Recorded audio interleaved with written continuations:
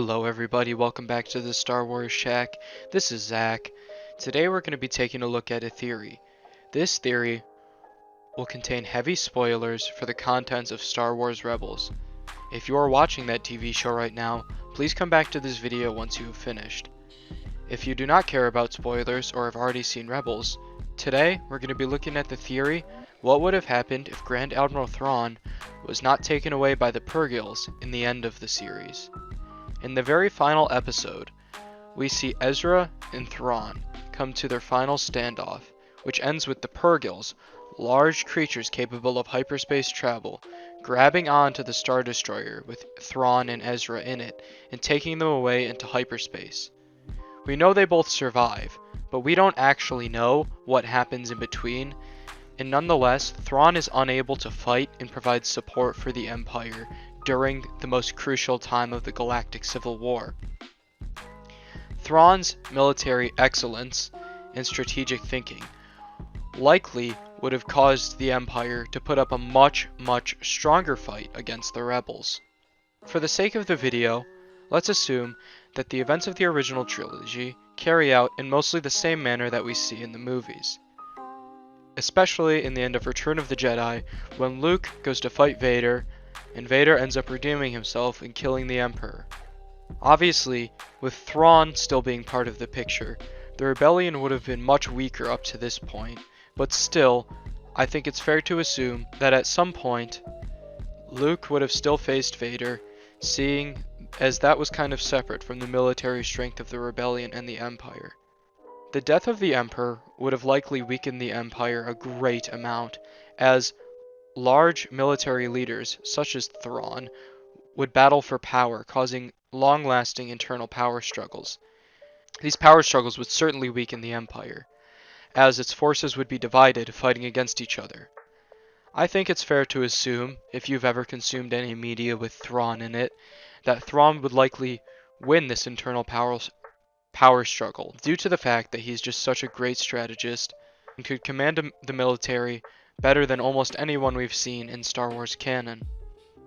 So now we are left with a weakened empire, likely ruled by Thrawn, although from what we know from Legends, while this is not canon, Thrawn would not have taken the title of Emperor. He would have stuck with Grand Admiral, trying to be somewhat of a military leader, rather than the overly prestigious title of Emperor. Seeing as the rebellion would have had more trouble getting up to the event of Return of the Jedi, they are likely weaker. But seeing as the Empire is now almost equally weak as them, due to the internal power struggles, this is really going to come down to a battle of attrition.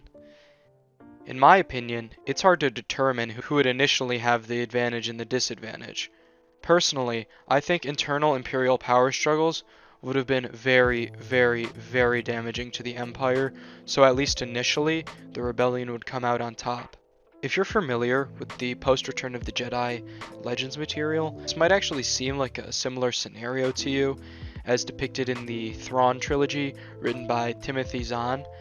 I think that is the case, and if you've read those books, I think it would largely play out similar to those, with a few minor key differences. One is that the Rebellion, or possibly New Republic, although I don't think it's fair to say that they would have actually taken Coruscant, which is what they had to do in Legends in order to deem themselves the New Republic. I don't think they would have actually been able to do that, as Thrawn would be smart enough to have Coruscant very heavily reinforced and not allow a rebel attack to take the most important part of the Empire, its capital planet. While Thrawn has the lead in this scenario, it is entirely possible that the war itself would have gone differently prior to the events of Return of the Jedi, and the rebellion actually would have been weaker than the Empire, but I sincerely think that these power struggles would cause the Empire to be not significantly, but a fair amount weaker than the rebellion. At this point, we're left with a fairly organized rebellion who I don't think is capable of becoming a formed republic like we see in Legends, and an empire led by Thrawn, decently strong in military force, but centralized in Coruscant. I think the Empire has two main advantages here. One, the leadership of Thrawn, which is very, very important for their case. And two, the established political system that they created based in Coruscant, expanding to every planet they own. The rebellion, on the other hand, would have never been eased up on by the Empire, as we see in canon. I think that's mostly due to the fact that while the Empire would have these internal power struggles, I feel as though they would actually work together a fair amount to engage in battles with rebel forces, regardless of whether or not the military leaders of the Empire agreed. I think that this would set us up for a very long war, in my opinion. Honestly, just kind of a battle of attrition.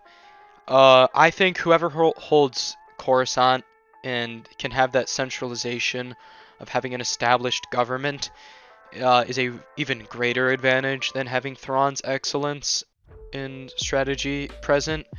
So, if the rebellion was able to take Coruscant and become the new Republic and legitimize their cause a fair bit more, I think it's possible they could win the war. But if they're unable to take Coruscant, which is entirely possible considering how Thrawn would not allow that to happen easily, I think it's fair to assume that the Empire has a pretty good shot at beating this one out. Well, that's just my opinion though, so I want to see some comments today telling me what you guys think would happen in this hypothetical scenario. I think it's a really interesting question, especially because we see something similar but not quite the same presented in Legends.